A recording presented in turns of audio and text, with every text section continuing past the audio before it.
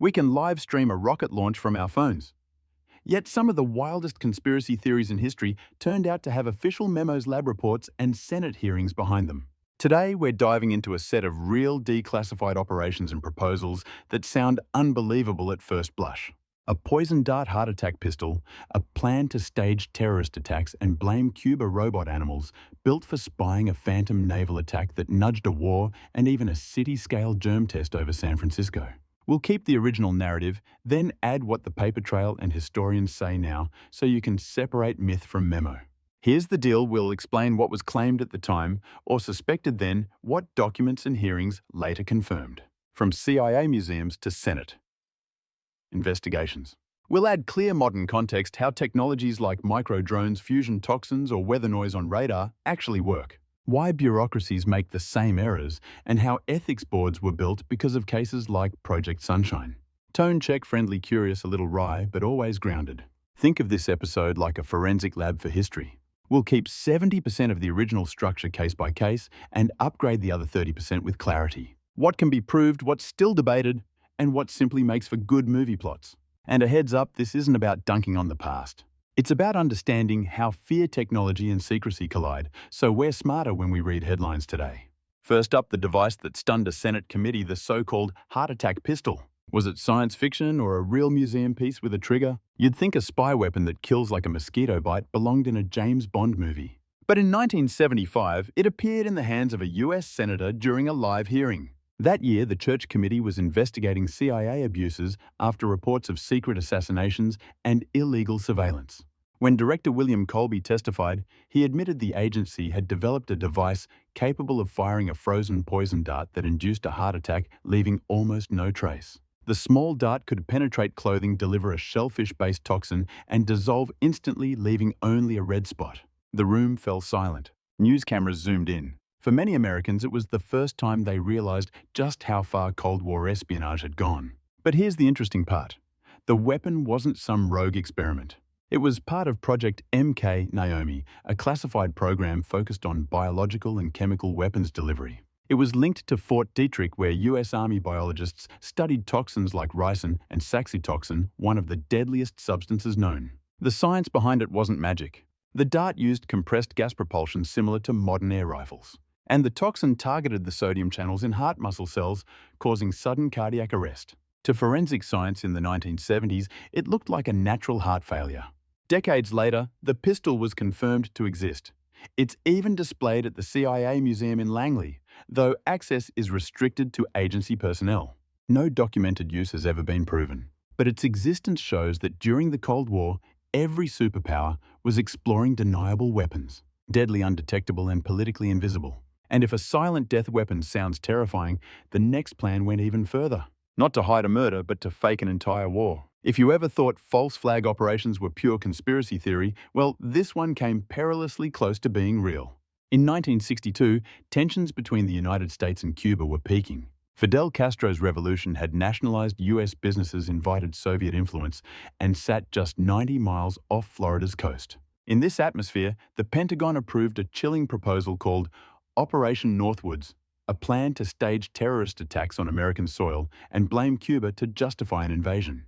According to declassified documents released in the 1990s, the Joint Chiefs of Staff drafted multiple options: hijacking civilian airliners, blowing up a US ship, staging fake funerals, and even orchestrating a communist terror campaign in Miami and Washington. The language was clinical, referring to simulated casualties and rehearsed media coverage. The logic was Cold War psychology. If you can't get public support for war, manufacture the outrage. Fortunately, the plan hit a moral wall. President John F. Kennedy reviewed it and flatly rejected it. His administration recognized the potential for uncontrollable escalation with the USSR. Historians later noted that rejecting Northwoods might have been one of Kennedy's quietest but most important acts of restraint. What's haunting is how normal the memo reads now. Military analysts and behavioral historians point out that similar proposals existed in every superpower. Plans built on plausible deniability, assuming civilians would never learn the truth. And yet, in an age of instant news and satellite leaks, the ghost of Northwoods lingers as a case study in manufactured consent. Still, deception wasn't always political. Sometimes it was technological. Because while generals planned fake wars, the CIA was busy building fake animals. You've heard of spy satellites and drones.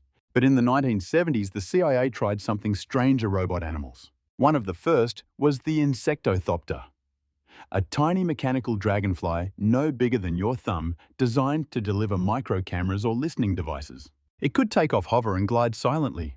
To make it convincing, engineers hand-painted it to look like a real insect. It was a Cold War marvel until they realized something painfully simple. A gust of wind could blow their $1 million spy bug completely off course. The project was quietly shelved, but it paved the way for what would later become micro-drones. The same tech the US military and researchers now use for urban surveillance and environmental studies. The agency didn't stop there. They trained pigeons to carry lightweight cameras for aerial reconnaissance, early drone birds decades before consumer drones existed. Some pigeons were even trained to drop tiny microphones onto window ledges in Moscow. The operation worked sort of. The devices landed perfectly, but the microphones captured no usable sound.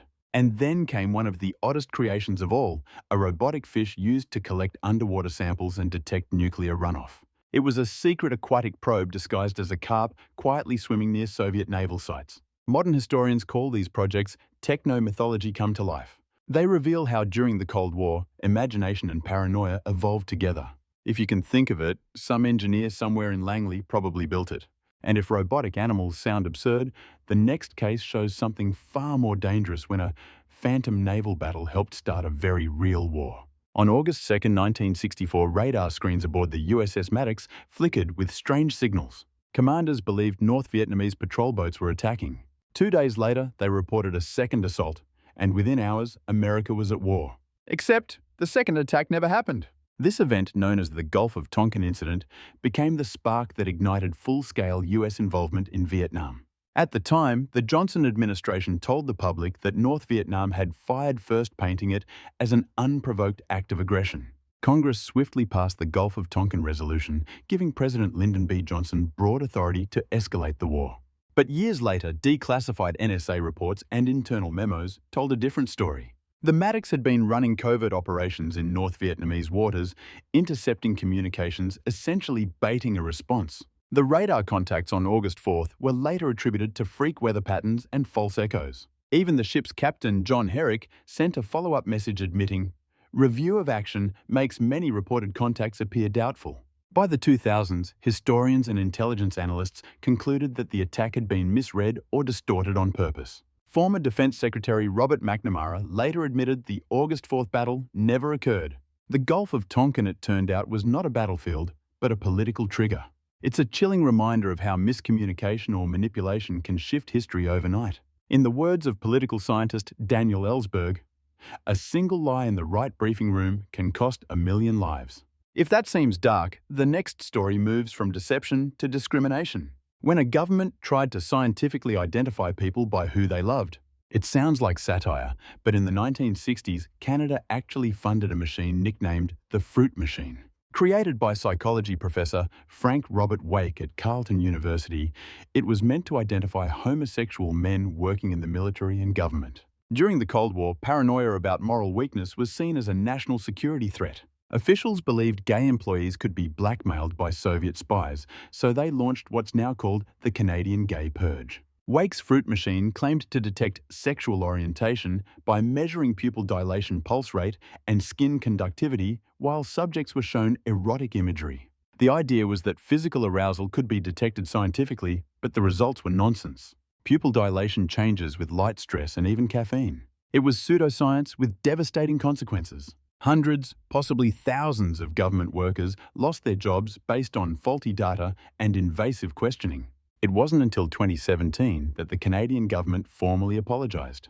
And in 2018, it allocated $145 million in reparations to victims of the Purge. The gaydar experiment became a cautionary tale about how fear and prejudice can masquerade as science. It's one of many historical examples that remind us technology reflects the ethics of its creators.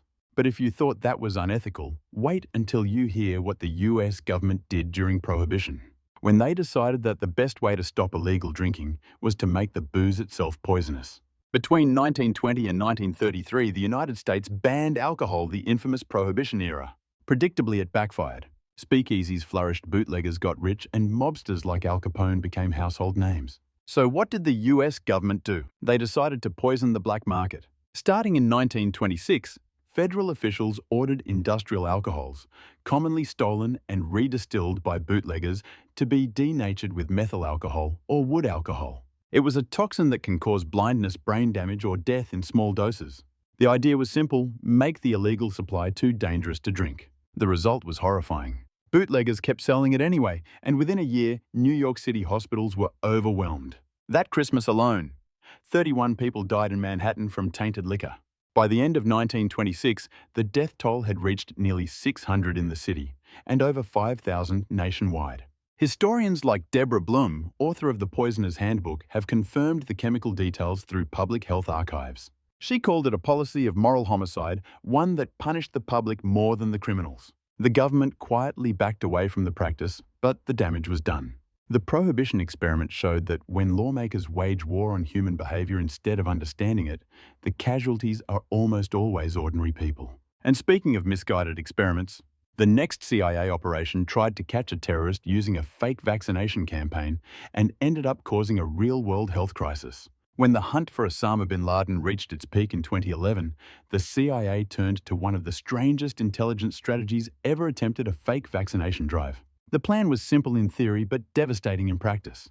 Agents recruited a Pakistani doctor, Shakil Afridi, to run a false hepatitis B vaccination program in Abbottabad, near bin Laden's suspected compound.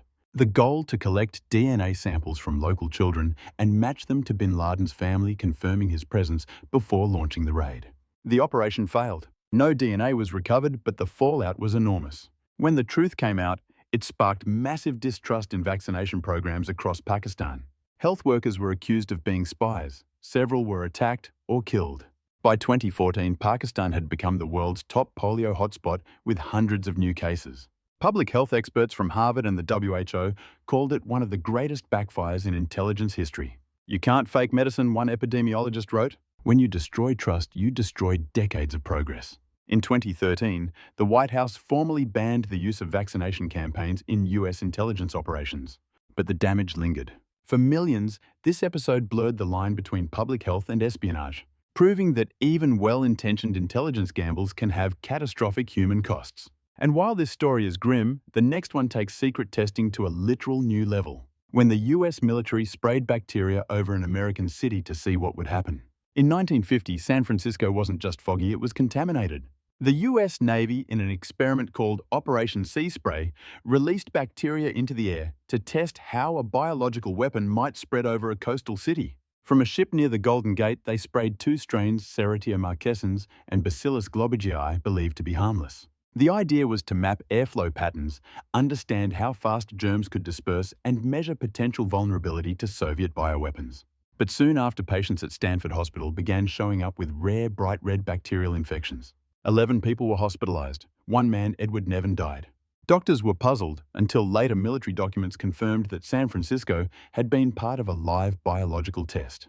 Government investigators never directly linked Nevin's death to the experiment, but the coincidence was impossible to ignore. Later studies revealed that both bacterial strains could in fact cause infections in vulnerable people. By the 1970s, Operation Sea Spray became one of several biowarfare tests admitted by the US Army. Others took place in New York's subway system, Washington, D.C., and even the Pentagon ventilation ducts.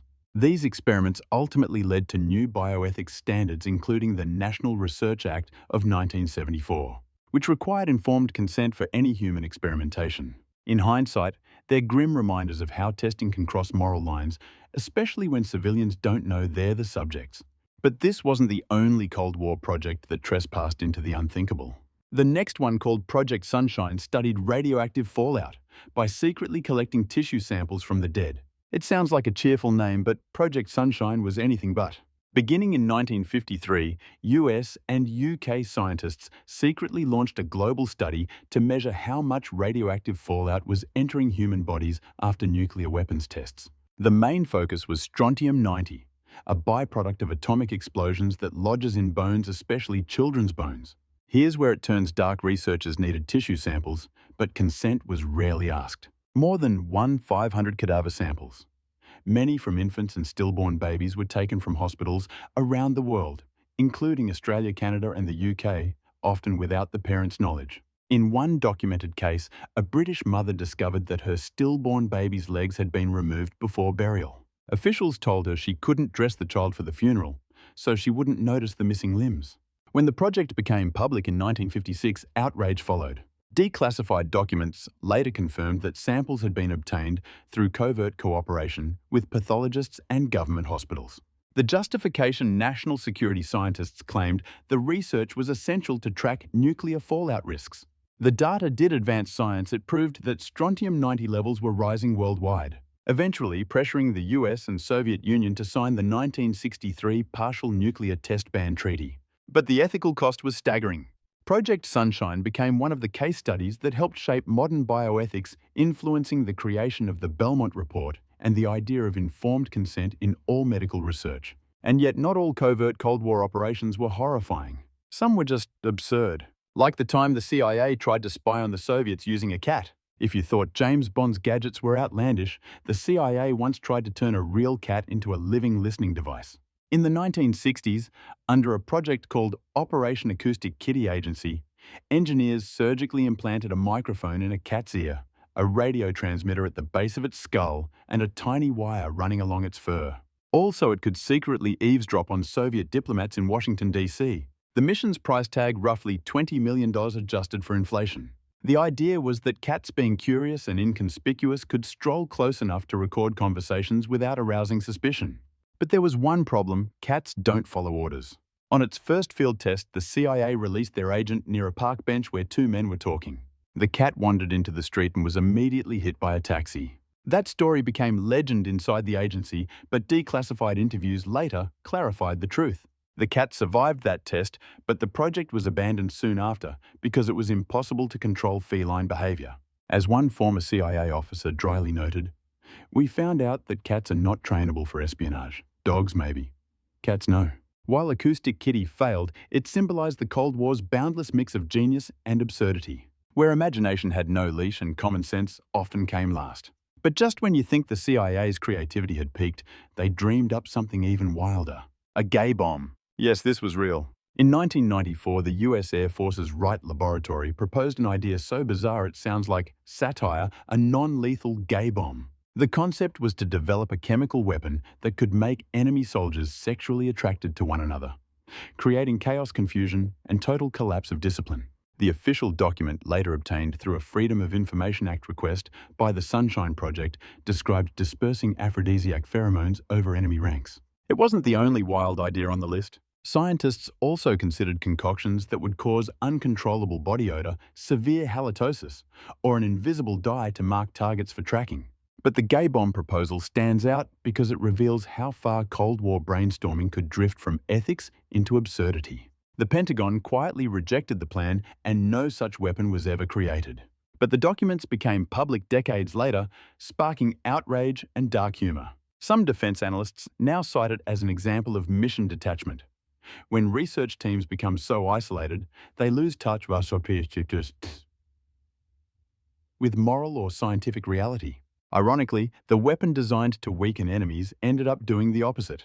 It made the military's own archives go viral in the 2000s. And as crazy as all these stories sound, from poison darts to gay bombs, every one of them left a footprint in real government files. Because sometimes the strangest thing about conspiracy theories isn't how wild they are, but how often they start with a document stamped top secret. Maybe the beauty of uncovering history isn't in what it confirms, but in what it makes us question. Governments, like people, make mistakes, chase fears, and sometimes forget their own humanity. Which of these hidden operations surprised you the most? The heart attack pistol, the cat spy, or the gay bomb? Tell me in the comments. And if you love learning how weird and wonderful our world really is, subscribe for more history and science mysteries explained. Fade out scene with montage of declassified documents and faint top-secret stamps dissolving into light. Narrator's final reflection knowledge doesn't just expose the past, it protects the future. Closing title card: Real Government Conspiracies Explained. Background music fades into soft analog hum, resembling the sound of an old tape machine. End credits show sources: CIA archives, Senate hearings, and official declassification files. Final text overlay: history isn't a secret, it's a lesson. Fade to black. End.